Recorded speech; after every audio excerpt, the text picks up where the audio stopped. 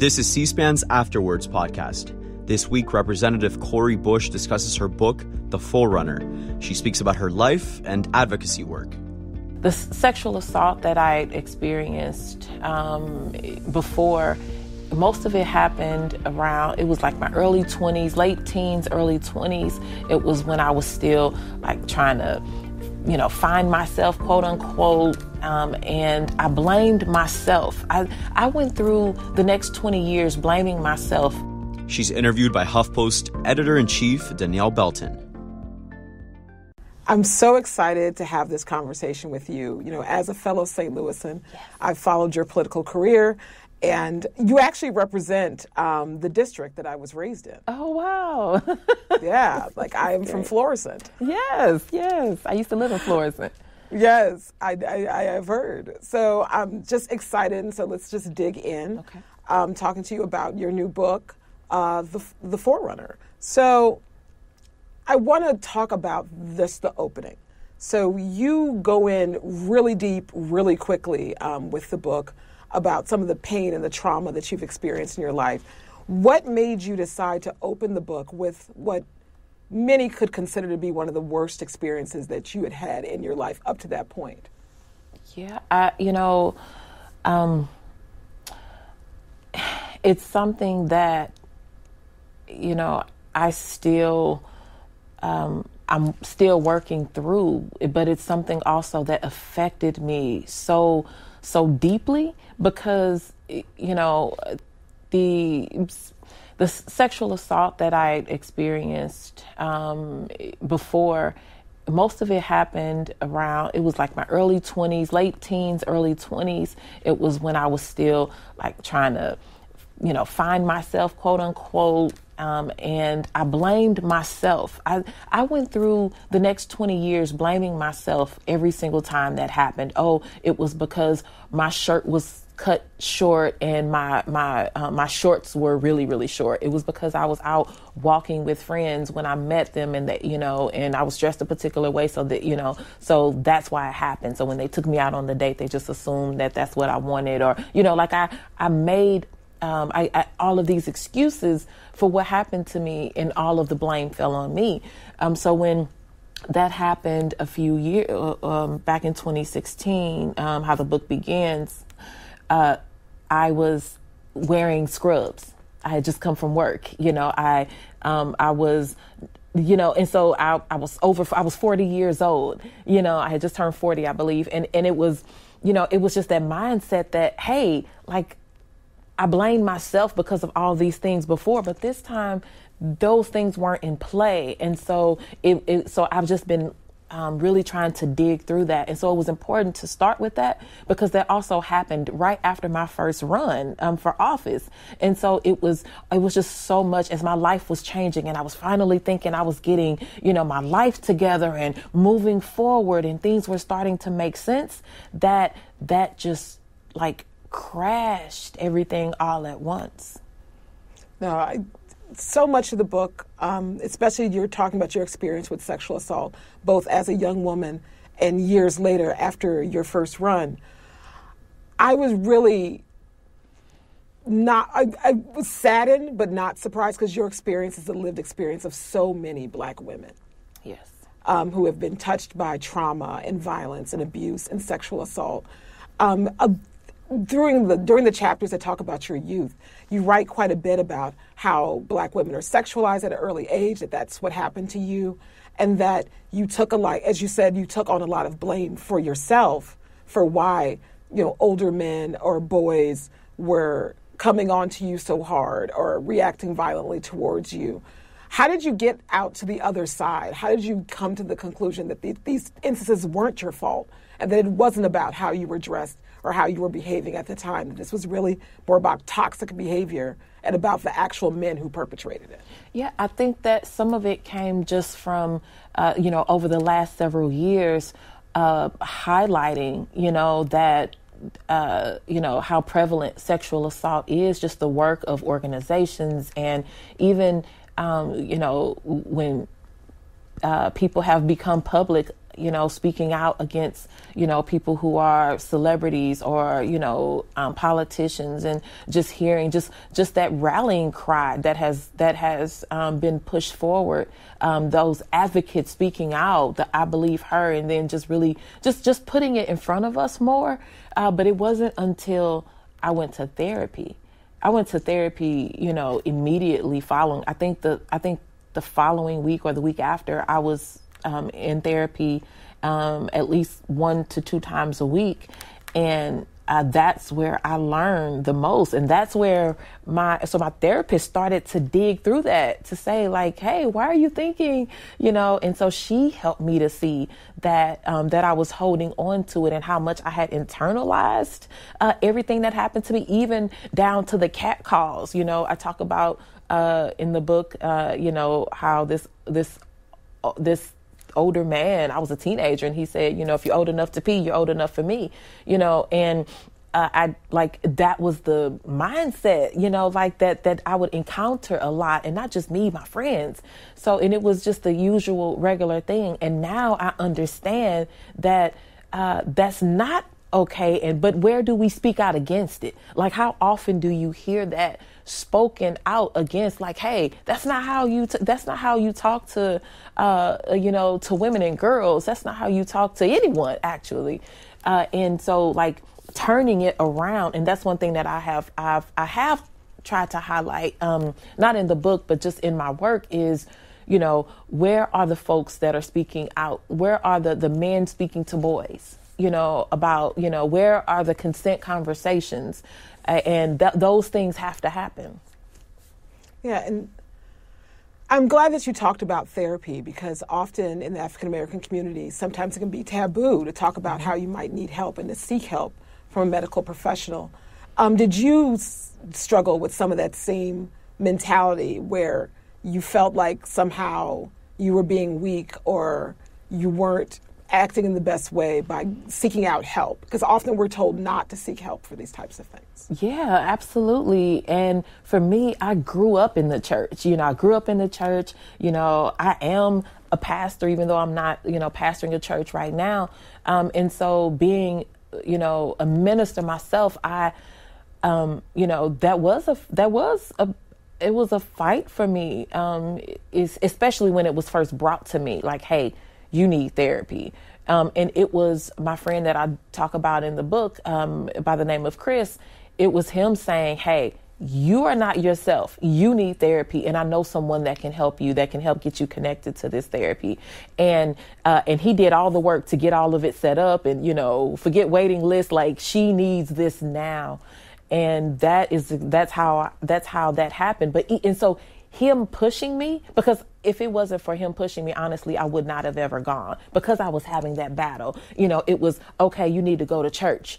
You need to go to church, and you need to pray about it. You need to ask the members. You need to ask the mothers, reach out to this pastor friend, and just have everybody pray for you, and you'll be okay. But I did go to church, and I remember I went to church one day, and I was sitting in the church, and they were talking about, God is going to bless you in 10 days. And like, it was this whole thing happening, and people were jumping up out of their seats, and, and the person said, like, turn around 3 times, and, and then say this, say these words. And so people were turning around, and everybody was, and I'm sitting there in the midst of it, bleeding on the inside, feeling like I was bleeding and I was about to lose it.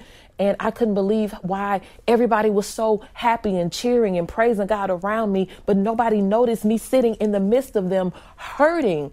And so I jumped up out of that seat and ran out of the church. And I'll never forget, I ran out of the church and someone stopped me. I'm like, tears are just, my face is wet and tears are just falling from me, and I'm running out of the church. And someone stopped me that was at the door, and she said, hey, wait, stop. Have you signed up for the marriage ministry? And I'll never forget, I'm like, you still don't see me? Like, my face is wet and I'm running. And so I ran out of there, ran down the parking lot, and was trying to figure out how I could kill myself right there. Like, I was sitting there thinking, okay, if I take my car and I go and I stop it at this point, right, as soon as I pull out the parking lot, it was a major street, like, I can die. The thing that stopped me was when I put my hands on the steering wheel to get ready to pull off. And there was this flash before me of the faces of my children. And it was the faces of my children, if they find them hearing that I was no longer here. And I couldn't bear that. And so that's what stopped me. That is an incredible, incredible story. I mean, I appreciate you sharing that level of detail. It's something that I can definitely relate to. I suffer from mental illness, and your honesty about your mental health journey and the fact that you admitted that it took something, believing in something bigger, like your family basically, to hold you, to keep you as part of this earth, is tremendously insightful. So I appreciate you sharing that. That is so, so honest. I want to pivot a little to just talk about growing up in St. Louis. Yeah.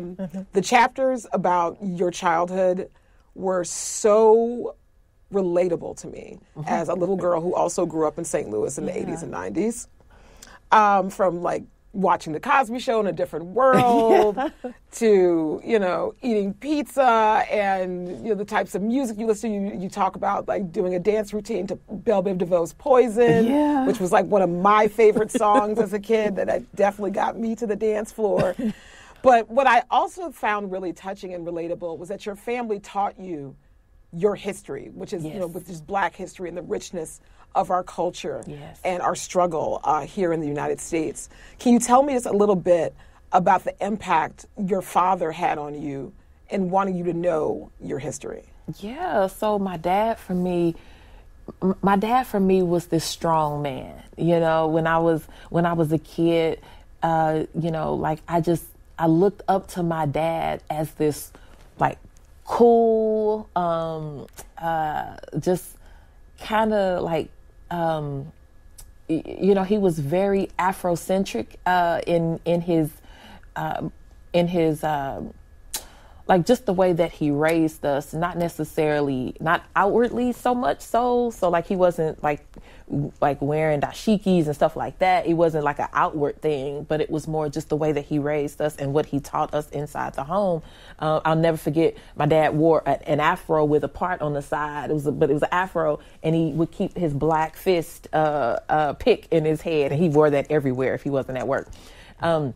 But, you know, we had Jesse Jackson and Dr. King and the great kings and queens of Africa on the wall. We had all kinds of, you know, the books on Black, you know, Black Americans and, you know, and it wasn't the usual folks that you may hear about, you know, when we celebrate Black history. He took it deeper than that. It was like, you need to know who, I remember him at one point teaching us about Kwame Ture and teaching us about Fred Hampton. And so like those weren't names that we were hearing all the time. But time with Dad, if we were going to watch TV, you were watching, and no joke, like Eyes on the Prize. Yes. You know, Roots, you know, so story documentaries and stories. That was our time with him, but it meant so much. I didn't realize it at the time because it was, you know, I wanted to watch, you know, I wanted to watch MTV. Like that was the thing at the time. I wanted to watch, you know, I had other stuff that I wanted to watch, TV shows, and for him, it was, no, you don't need to look at those things. This is what you need, because you need to be able to, we need to fortify you at home, because when you go out there, there's a different world outside. But one thing that my dad taught me that I will never forget, and it has meant so much to me, two things, actually. One is that my Black was beautiful. You know, my dad never made, my sister, We look so much alike, but my sister is she's light skinned, I'm dark skinned. But my dad never made a difference. You would not have known that there were color differences. Like my mom is a different shade than all of us. You would not have known that. He taught me that my dark skin was still beautiful and to never hold my head down for anyone. But also he taught me every single day before we walked out of our home. Oh, and it drove us crazy as kids, but now I get it. He would sit us down before we walked out the door and he would say, responsibility, responsibility, responsibility, responsibility. You are a leader. You will not be a follower. He said, but a good leader knows how to follow. And then you could walk outside the door. He would pray and then you can walk out the door. No, I love it. I love it. I had a very similar upbringing. I watched so much of Eyes on the Prize. My father came home from work at McDonnell Douglas, which I think had been bought by Boeing by that point. He came home from work and said to me, "Oh my God, you're going to turn into a militant." But this is what was encouraged in our house. The same thing, watching Roots, knowing your history. Yeah. We had the Kings and Queens of Africa really? poster too. Yes, we had the same poster in our house. And I also felt the same pressure that you felt, to succeed academically and to do well in school. But I want you to talk a little bit about how unpopular that was in the 80s and 90s in St. Louis as a young Black woman. The fact that you were a bit more bookish and a bit on the more studious side didn't always work in your favor in trying to fit in. No, it was not. It was being cute and, being able to wear lip gloss, color, the mood color lip gloss and having the latest Guess jeans and, polo clothes and all of that. Like that was the thing. It didn't matter if you were smart or not. Like none of that was on, people didn't care about that. Like in our age group, it was about the look, and so, but for me, I wanted both. Like I want to look this way because I like it, but I also loved books and I loved school. I loved the knowledge and learning. Like that was my comfortable place. It was like I could relate to the books. I don't know how to best articulate that, but I just felt like, I needed to attain as much knowledge as I could. And like one of my favorite things was vocabulary words, learning vocabulary. It was its own class in elementary school, and I loved it. But it wasn't always, it was more like being singled out though, because in class it would be, oh, Cori, answer this. Oh, Cori knows that. And it started to make me feel like, I just want to be like my friends. Like, don't single me out. And then, so it was like, I just want to be like everybody else.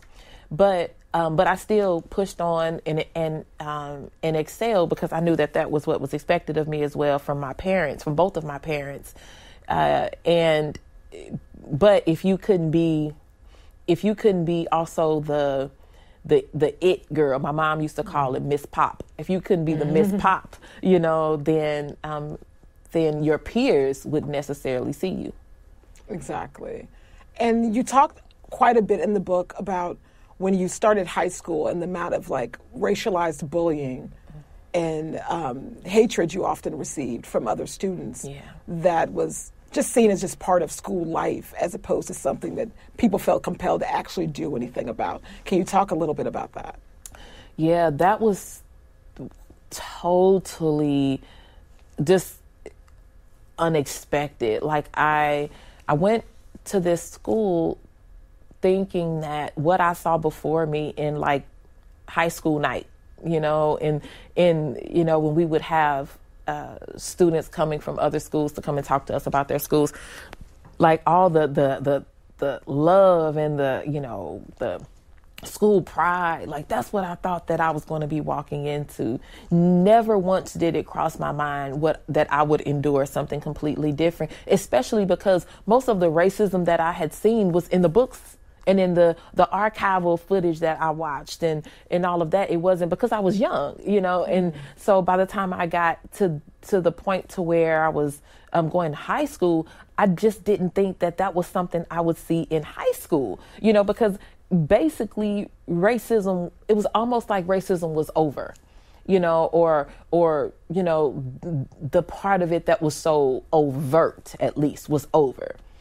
But walking into this school, it was a completely different thing. And, I just remember not understanding what was happening to me when the administrator, I talk about in the book how I, took my entrance exam and I took the entrance exam just like everyone else. We went into this big auditorium, all the freshmen, we took it together.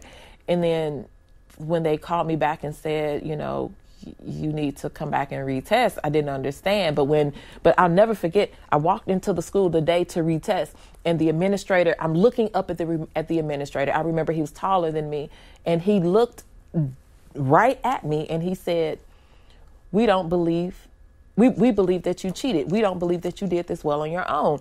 And sent me back into that same huge auditorium to take it again by myself. And then how kind of like unnerved he was when I walked back out and they scored it. He said to me, that I did better, And so but the way he said it, you could tell that he was a little pissed off, so I got to stay number one in my class. And so just starting there, it was, I didn't just feel isolated I didn't just feel that discrimination from my peers. I felt it from staff. I felt it from administrators. And I was 14. I had just turned 14.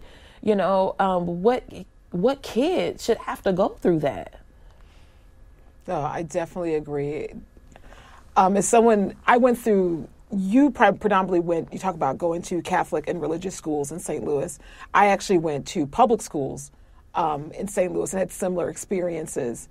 But what was probably what you just described was what was the hardest for me was when teachers didn't believe me or listen to me because of my race and because I was specifically a young Black girl. Yes. I'd like to hear you talk a little bit about how adults choosing to not believe you or question you when you do well on a test, and how that even trickles down to your interactions with the healthcare industry as a young woman.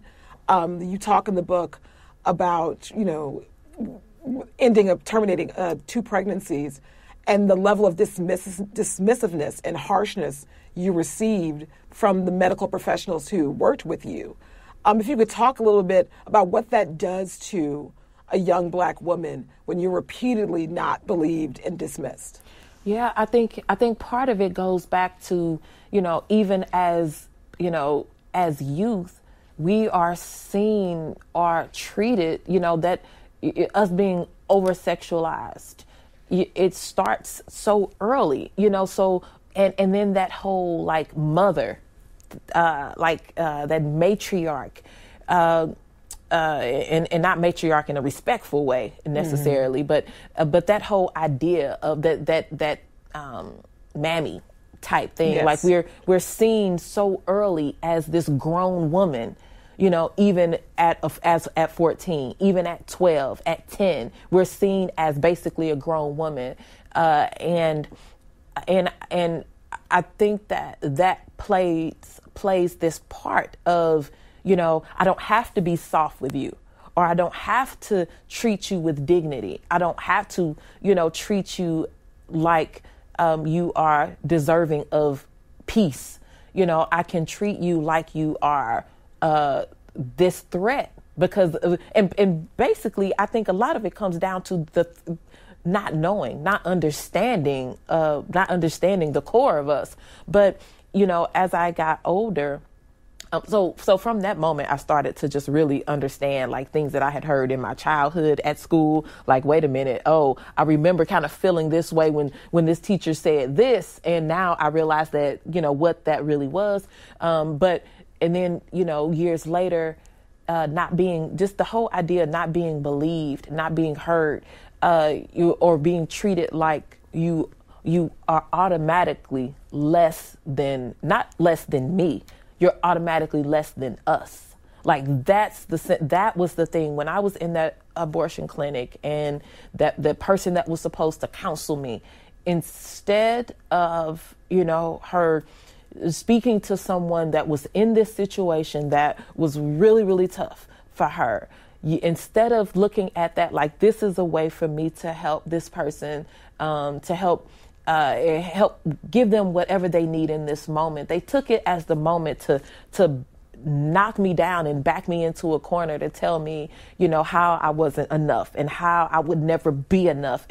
But the thing is, because when we are given the opportunity to shine, or when we take by force the opportunity to shine, our brilliance is so amazing that I just feel that it people can't connect with understanding how is that? Because we look at, especially when we look at Black women being the most educated group in this country, and then all the struggles and hurdles that we have to get past. We have to be 3 and 4 times better at whatever we're working on in order to at least be considered average. And for us to do things even greater is a testament to who we are. But it also puts us into that whole, you got to be strong, you got to be the matriarch. You're the matriarch at 10. It's really But speaking out, hopefully will help future generations. I definitely hope so. I hope that when other Black women read your memoir here, that they feel as seen as I felt seen reading it. And one of the parts in the earlier chapters that really resonated with me was how open and vulnerable you are about the relationships that you've had, particularly starting as early as when you were in junior high and high school, and of those first heartbreaks and of those first feelings of not being enough and feeling disrespected. Like, you tell a story about your first boyfriend and how you were a cheerleader and how you would do a special jump whenever he would score because he was an athlete at your school. And then to find out that he was actually seeing another girl at the same time that he was seeing you, and then feeling crushed and internalizing that as I'm not enough. Can you talk a little bit about how this feeling of I'm not enough was repeated over and over and over again, often in your relationships, especially with the long-term one that you had as a young woman with the man Terrell, that eventually developed into an abusive relationship? Yeah, it's funny because at home, my father made a point, and my mother made a point to make sure that I knew, that my brother, that my sister, that we knew that we were enough. Made a point. But that was at home. So once you cross the threshold of your house, then it was whatever the streets say, and I think that is so. I think that's where I was able to, where it was started to be snatched from me a bit, especially because in school at that time, if you were dark skinned, and I don't really talk about this in the book, but if you were dark skinned, you were the ugly ones. Like, it was all about light skin, and shout out to my light skin, family. But that was the thing, you have wavy hair, light skin with wavy hair was the thing. That's where, the guys wanted to date, though they wanted to, or they called those girls cute. That's who they wanted to be their girlfriends and all of that. And then for us dark skinned ones, we were the ones that the guys would just run up and just hit you on your behind, but they didn't want to be your girlfriend be your boyfriend because, they wanted the light skin. So it was all of those pieces that just started to pull away at my self-esteem early, so that I started to believe that I wasn't enough. And so with that being my very first boyfriend, and then with him doing that to me, and it just happened in a matter of months. It was so fast, and then there was nothing to combat that. Like, there was nothing to come at the same time when that was happening to come back and tell me, no, you are enough. That never happened. And so then it was the next guy who did the same thing. And then, so where is the piece that tells us? Because people don't want to talk about, you 12 years old, you got a boyfriend, you 14, you got a boyfriend. People try not to talk about that because, you're too young. But telling somebody they're too young doesn't stop it. So are we putting measures in place for you to be able to talk about that heartbreak, to talk about what's actually happening to them? Oh, totally. I mean, not to belabor the point, because there were lots of points, especially in the early chapters of this book, where I was just like, is she like actually just has a mirror into my life? Like, how did we live such a similar life? Wow. Where you talked about the repeated times that the boyfriend that you were with, got other women pregnant and was disrespectful, and just really he didn't show up for you.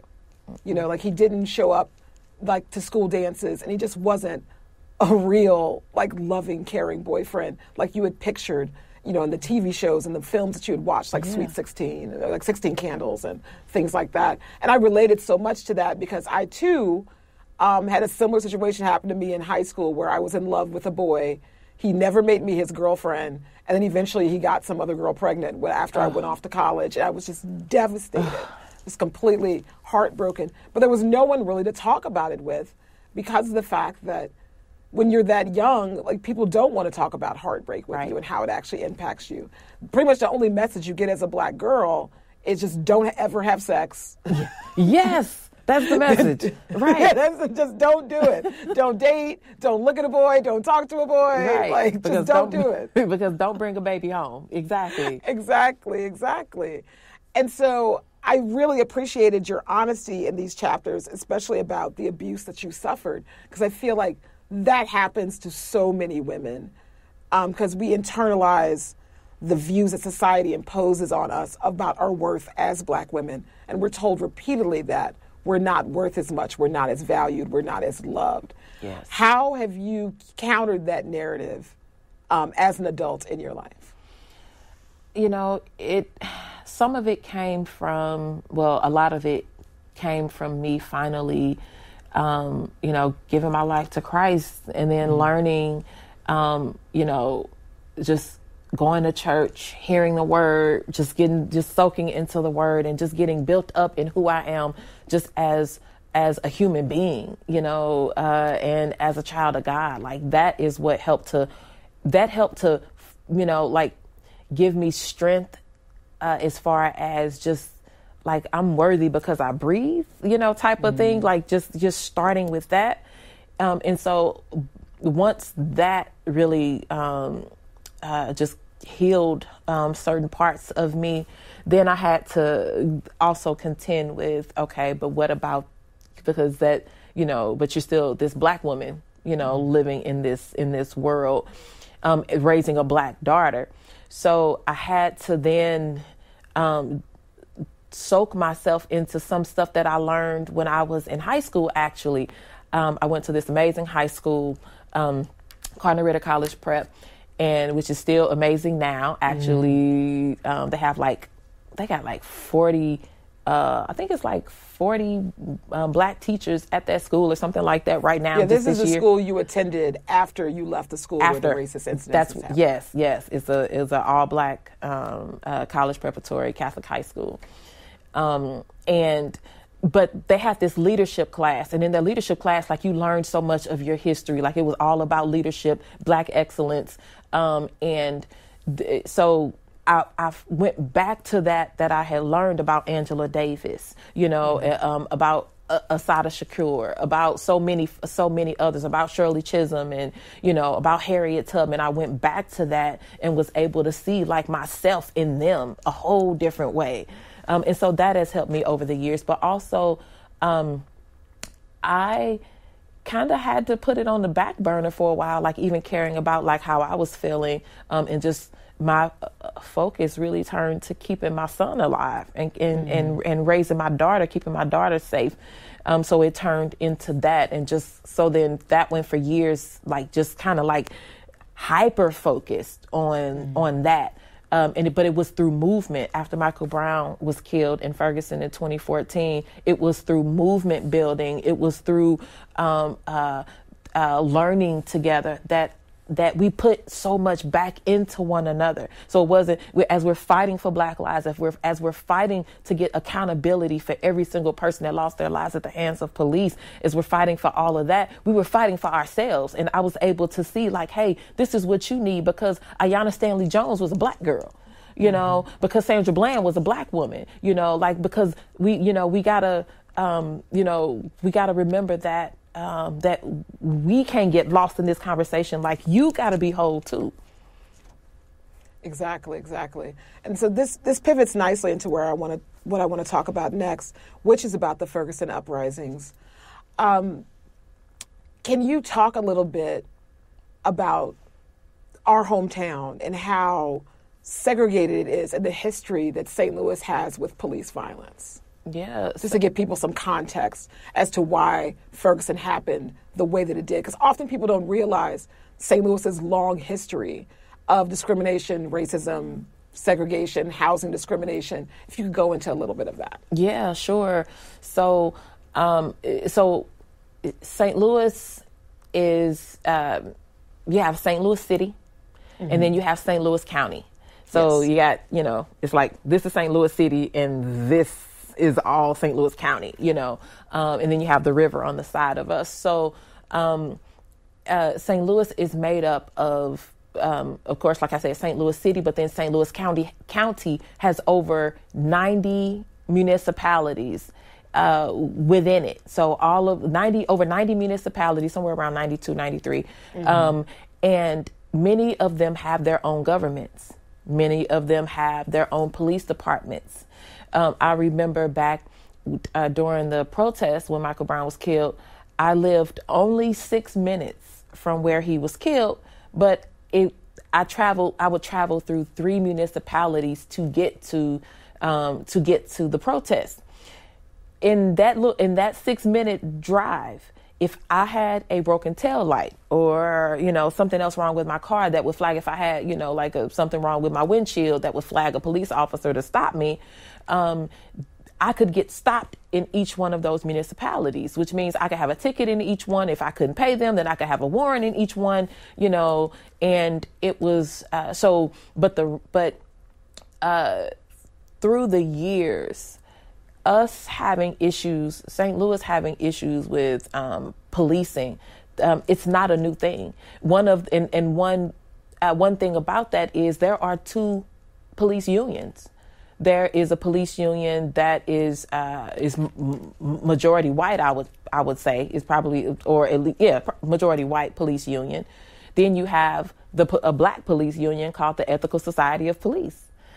So that tells you already a lot about what policing looks like in St. Louis. But I grew up thinking that, because in my neighborhood for such a long time, my dad was in politics. So the police were coming to our home all the time. They came by once a week to drop off a letter to him.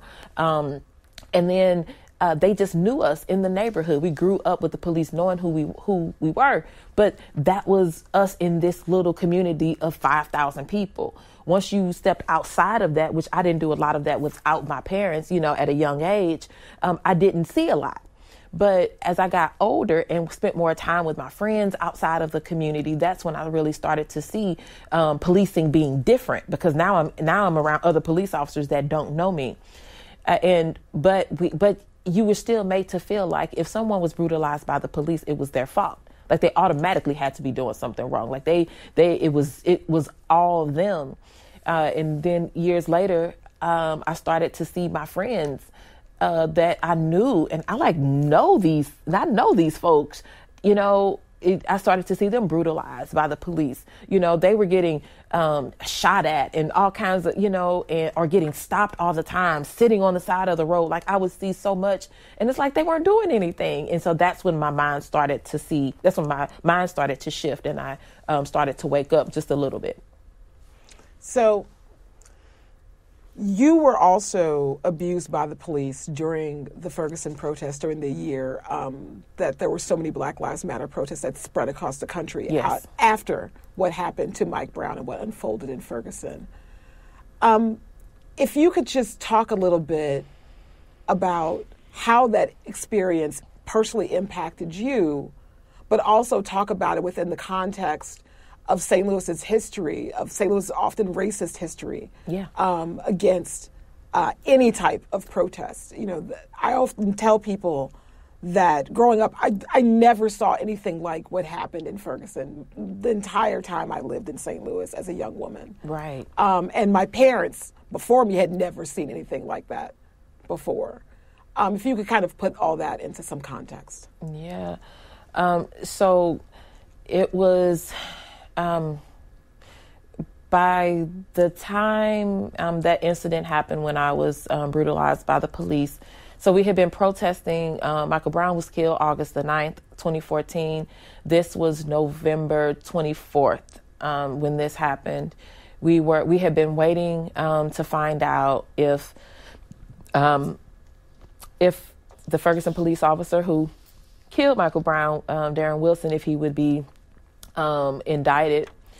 And we knew that this answer was going to it was either going to cause like widespread protests, or it was going to, maybe just finally give us and the families some, type of, relief in like maybe things are starting to change.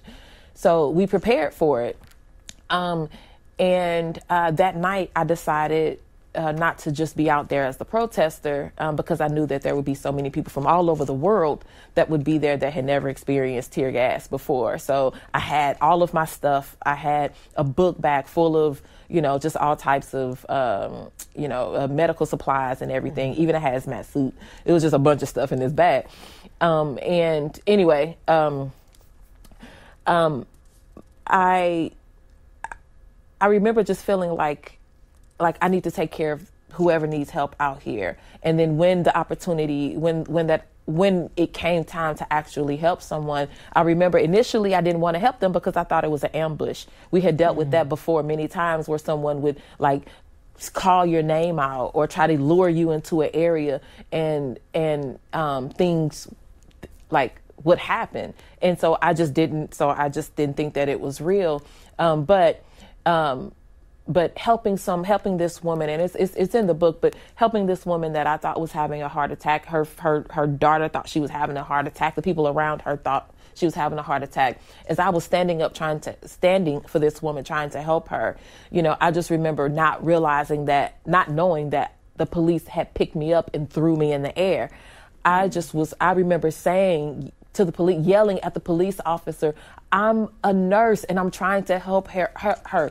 I need a paramedic. You are not skilled to help her. I think she's having a heart attack. Can you get me the paramedics?" who were behind them, literally right behind them. I'm looking at the ambulance. "Would you get them?" And I said, "I'm a nurse. I'm just trying to help her." And next thing I knew, I saw stars. I saw the night sky and stars. And I just remember wondering, why do I see stars? I didn't feel the lift. And then I realized when I started to come back down, like the gravity, I'm like, wait a minute, stars. Oh my God, I'm in the air. And then I started to come back down. And I just remember the impact. I started to see the ground coming towards me, and there was nothing I could do but brace for the impact. And then when I hit the ground, just going from one side to the other because I'm being kicked by these police officers. Well, I won't say police officers, by law enforcement. And then they tear gassed us while I was still on the ground. And Lisa, I believe is her name, she had to be right there on the ground next to me.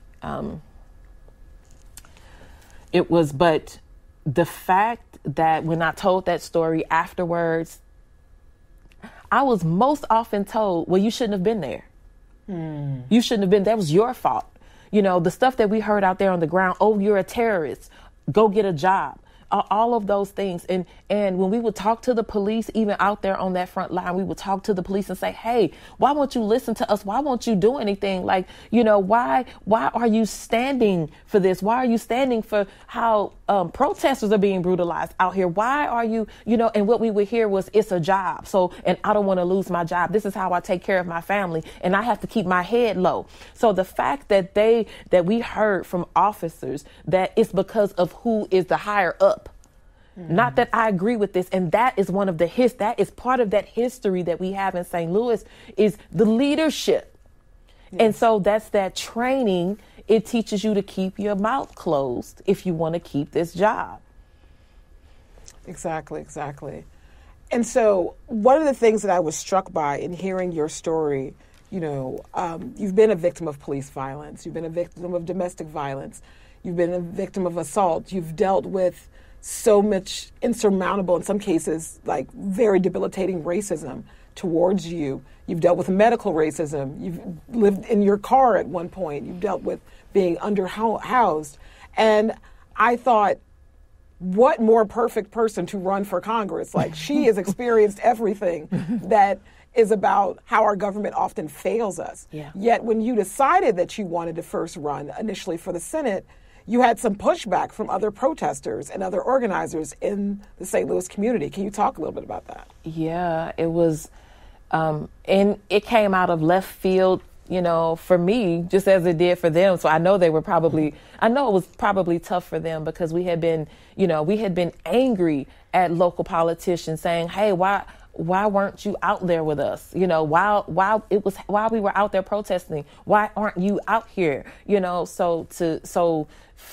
To then for me to run, I know that it seemed to some of them like you're just trying to become one of them now. You just want to get, you just want to become some, celebrity.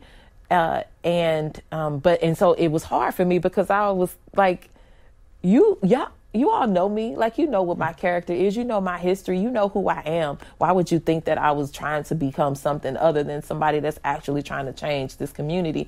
So it was tough.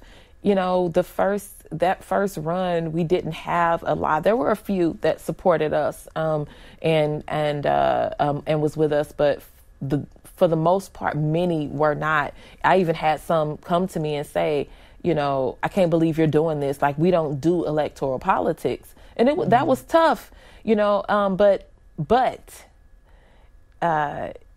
when people started to see how much, not only me, but there were two other activists who ran that were from the Ferguson uprising, Bruce Franks Jr., who ran for a state rep seat and won, and also Rasheed Aldridge, who later took over Bruce Franks' seat. They, just seeing that we held to our values, we held to the reasons why we ran, and we were able to at least affect change locally, and even for me in some ways on a national scale, because Bernie Sanders, did, open up some doors for me. People were able to see, wait a minute, you're right, because the people who vote or people who write these bills, they can come from your community. They can be like you and be and support the things and advocate for the things that the community actually wants and needs. So that started to turn the tide. Yeah, and it's just like, to me, it made sense. You talk in the book about your father's past political ties and how active he was in the community and the impact that had on you. And so to me, it was like, when you started talking about both starting your own ministry in the book and then later getting involved in the protest movement out of Ferguson, like, this just seemed like a natural extension of your efforts to try to make the world a better place, not just for St. Louisans as a whole, but for women and girls like you, who look like you, who had similar experiences to you of your own, that you wanted to basically represent the people. So that really struck me. But you were up against quite the machine. Since, as we have already discussed, we're both from St. Louis, and you're actually my father's representative. Oh, my gosh. Yes. Hi, Dad. So you were up against William Lacey Clay, who was a legacy.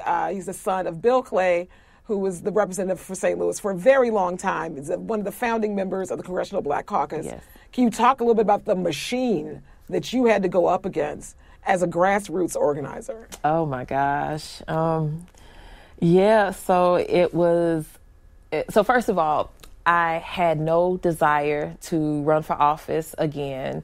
I was still recovering. I was still in treatment after the sexual assault. So the sexual assault happened January 6, 2014. I mean, January 6th, Lord, that's a whole other situation. It happened September 6, 2014. And so the next 4 months, I was in deep therapy. I had not gone back to work because I couldn't work yet. I was struggling, just to be well at that time. And that January, when I decided, okay, my job was like, hey, we can't give you any more time. You're going to have to come back to work. I was trying to figure it all out. Then a few people from the community came to me, people that weren't necessarily talking to one another, came to me and said, hey, we really want you to run for this seat. And I was just like, why? Like, I'm still trying to get well. And, but I realized that through all that I had gone through with my rape kit sitting on a shelf for several months, with me not getting any type of justice, without there being any type of accountability. I couldn't even get an order of protection against the person who assaulted me. So just thinking about that, and I was thinking about like how many others go through this and have no advocate. How do we highlight those things? How do we get help for victims of sexual assault? What can I do? And that was one of those things. But when I also thought about my son and my daughter, have I accomplished the goal? Did I accomplish the goal the last time? Like, if something happens to them, will I then say, oh, you could have done more, And so I said, you know what? I'm just going to go. I'm just going to run, and, I'll continue to get help as I'm running. But what people would say when I first started saying that I was running, so first thing was I knew my dad's connection to the Clay family. My dad had worked for both Clays, helped both of them on their campaigns. I worked on their campaigns as a kid, not the father, but the son.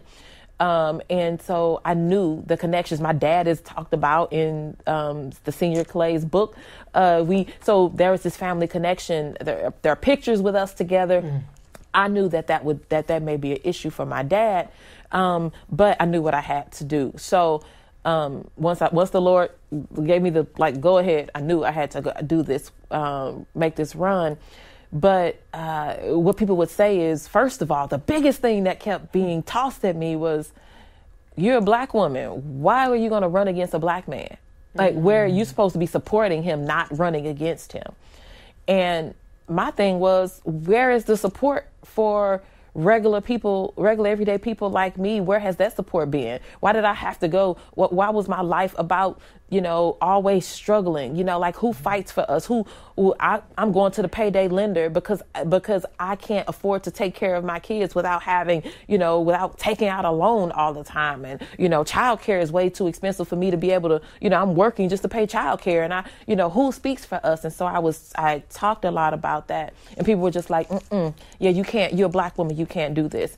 One of the things also was his dad. People talked about his dad, broke this glass ceiling. His dad was the first, black, congressman in the district, and so in the St. Louis area. So why would you mess up that legacy? You should be standing for the legacy. And I was like, we have to be people over legacy. It can't, and so that was a big thing. And so it took that first run for me to really help people to see that this was not about a black woman running against a black man. It had nothing to do with that. It was just me wanting for those that have felt left out and neglected and underrepresented to finally have some representation. And so there was money. It was a lot of money. I wasn't able to really raise money. So it was money, and, it was the machine of everybody in place. All of these, whether it was politicians, business leaders, community leaders, all of these folks were still like, you know what, even if I like you, I'm not going to go against the machine because it'll hurt me if you don't win. Speaking of the machine, when you were talking about this, it made me think a lot about how in your book you talk about how you and other Ferguson protesters were treated by establishment types. Yeah. More prominent ministers, more prominent organizers who basically came in and told you guys that you didn't know what you were doing. Right. That your movement work wasn't authentic movement work, that you weren't doing things the right way. And I imagine you got some of that same feedback on the campaign trail when you're running against William Lacey Clay. Because you are someone who's actually of the community and you are truly grassroots, and that you have experienced a lot of the things that your constituents are concerned about. So tell me a little bit about what it was like trying to counter this narrative that Ferguson protesters are disorganized and not fit to actually be leaders. Yeah, it was, we heard that so much. You're a leaderless movement, you know, and it just always made me, every time I heard that, it would just make me think about, like, you know, it would take me back to the Bible, and I'm like, you know, if you take out the king, you know, or like looking at David and Goliath, you know, David took out Goliath, and what happened? You know, you can't, like, so if there's only one head, then that could cause a whole movement to fall apart. You know, but for us, we had a leader full movement because we all had something that was our thing, and that when we brought those things together, we had this full movement. And if they took out one, our movement still kept going. So that was the amazing thing about what we were able to do. So the Ferguson uprising withstood more than 400 days of constant protest, and so to call us leaderless, you know, did we do everything the way people thought we should do? No, but I would ask people, where's the playbook? Like, where was the playbook? Where was the instruction manual? And why didn't you give us the instruction manual before it happened? Since you know all the things, why didn't you let us know? Like, hey, if this happens, this is what you do. You know, many of us had been to, like, boycott, like it was boycott Dillard's, and like it was just like things locally in the community. We had gone to some of those actions, but and the boycott Dillard's, I believe, it was when I was small. So, but you know, so we had been a part of some of that, but this was something different. This was our own. Like, this was us. Like, it happened to somebody, you know, during our time, where that body laid on the ground uncovered for almost 4.5 hours, you know, in our community, and to tell us that this is how we should behave, you know, and what was also said was, some folks really felt like, you're telling us how to behave, you're telling us what we should do, but I don't know you. I've never met you. So why weren't you in the community with us before? You know, because then maybe we could look at you and hear what you're saying. But now you're coming out making yourself to be this big person when we've never met you before. You're no greater than I am. Exactly. Well, Representative Bush, I truly believe that you have demonstrated what the true qualities are needed for a leader, that so many other activists that were involved in the protest movement out of Ferguson show that you guys had a movement that may have appeared leaderless, but was actually quite leaderful. Yes. And it's amazing that you took that experience and managed to create something wonderful out of it by representing your district. And so I want to thank you for this book and for this great conversation today, which I hope was really illuminating for those listening. Yes, thank you so much. Thank you. Thanks for listening to this week's Afterwards podcast. If you enjoyed this podcast, listen to C-SPAN's podcast about books. Learn about the latest nonfiction books and best-selling authors. In each episode, we report on bestsellers lists and book reviews from around the country. You'll also hear authors talking about their latest books and insider interviews with nonfiction book publishing industry experts.